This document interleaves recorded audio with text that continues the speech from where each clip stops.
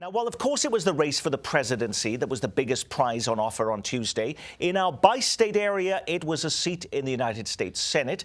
Polls showed Missouri incumbent Democratic Senator Claire McCaskill in a tight race with St. Louis area Republican Congressman Todd Akin. But rather than a nail-biter for many on Election Day night, the race became like watching this summer's All-Star game in Kansas City, a lopsided trouncing. The race was called shortly after 9 o'clock. They all said, it's over. It's done. It's too red. It's just too red.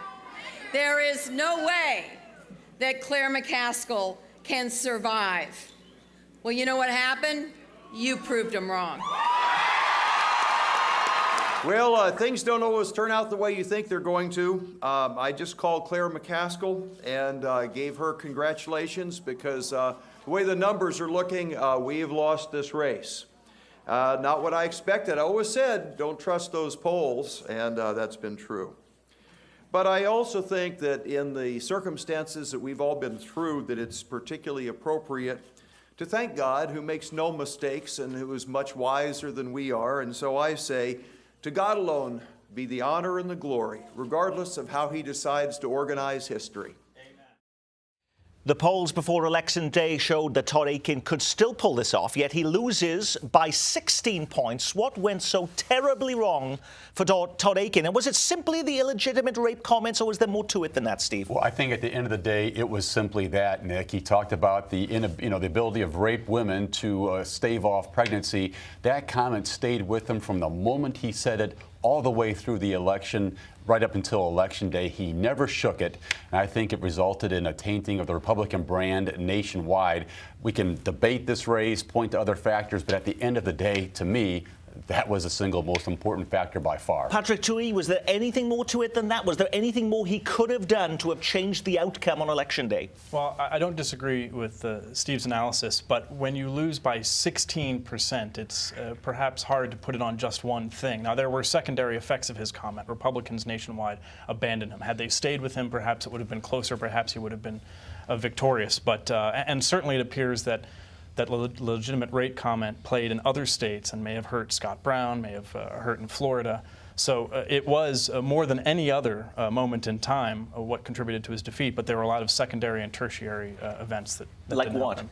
Well, like the National Republican money saying we're not going to help. You should step down.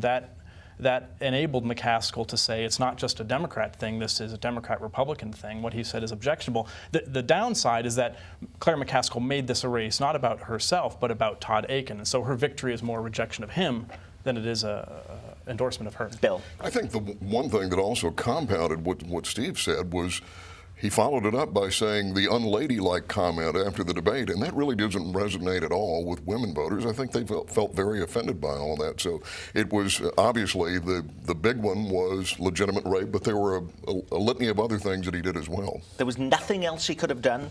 Well, he was not the most brilliant political strategist after the primary either, even if you take out the legitimate rape comment, Nick. You know, he was talking about that comment in his own campaign the weekend before Election Day. He was quoted as saying, hey, maybe that comment, the rape comment, is going to help me at the end. That's not exactly a brilliant strategy to remind people of it, let alone what Richard Murdoch did in Indiana. But I sort of agree a little bit with Patrick in this sense. You did get the idea that there was a bit of a Democratic wave at the Senate level on Tuesday that might have helped McCaskill, even without the rape comment. You had Democrats winning in Montana, Massachusetts, Florida, Indiana, you know, a whole host of states across the country where they might have lost or it might have been more competitive. The Democrats actually picked up seats in the Senate, which I don't think anybody thought was going to happen. That suggests that McCaskill was stronger than maybe we believed even 6 months ago. How could that be, though, Steve? Because we were all told, weren't we, that everybody was so unhappy with the current administration in Washington. Yeah, you know, and just to amplify that point, when this race began, Nick, Republican strategists will tell you that Claire McCaskill had the worst set of re-election numbers they had ever seen for any candidate anywhere, and yet she overcame this challenge from Todd Akin. Keep in mind that she was 11 points down in one poll in the days immediately after the August primary. And then the congressman uttered the famous words, and the race completely flipped on its head. To me, everything stems from that moment. The Republican money staying out, the impact nationwide, it all stems from the fact he said those words and could never overcome it. And let me jump in and say the nationwide Republicans weren't necessarily happy with Aiken in the first place. That's right. They may have been looking for a reason to not support this guy, spend their money elsewhere, but this wasn't a matter of a well-liked Republican who goofed up. This was somebody that they were already keeping at arm's length. He lost overwhelmingly Republican counties, didn't he? Rural counties, and Claire McCaskill picked those out. I was at the Star when the first returns, less than 1% of the returns came in, Nick. And in the very first returns, Mitt Romney was up 20%, and Claire McCaskill was up 20%. She had to get Romney votes to be elected. And it was very clear from the very first returns from rural Missouri that she was doing that spectacularly well. Not just sort of, holding her own, but she was overperforming by a factor of 3 or 4 against the Romney number. That's why it was over so quickly. It was obvious at 7:30 that she was going to be reelected. Is this the end then of Todd Akin? Do we hear from him ever again? I suspect it's the end. Politically, he's roadkill. He can't run for office again, I don't think, anywhere in the state, maybe short of a state rep seat. I think he's done. How about Claire McCaskill? Was this her last Senate campaign? She told me a couple days before that it may not be. She's also indicated that it is, so she has sort of wiggled on that question. But her last comments to me were, "This may not be my last race." Yeah.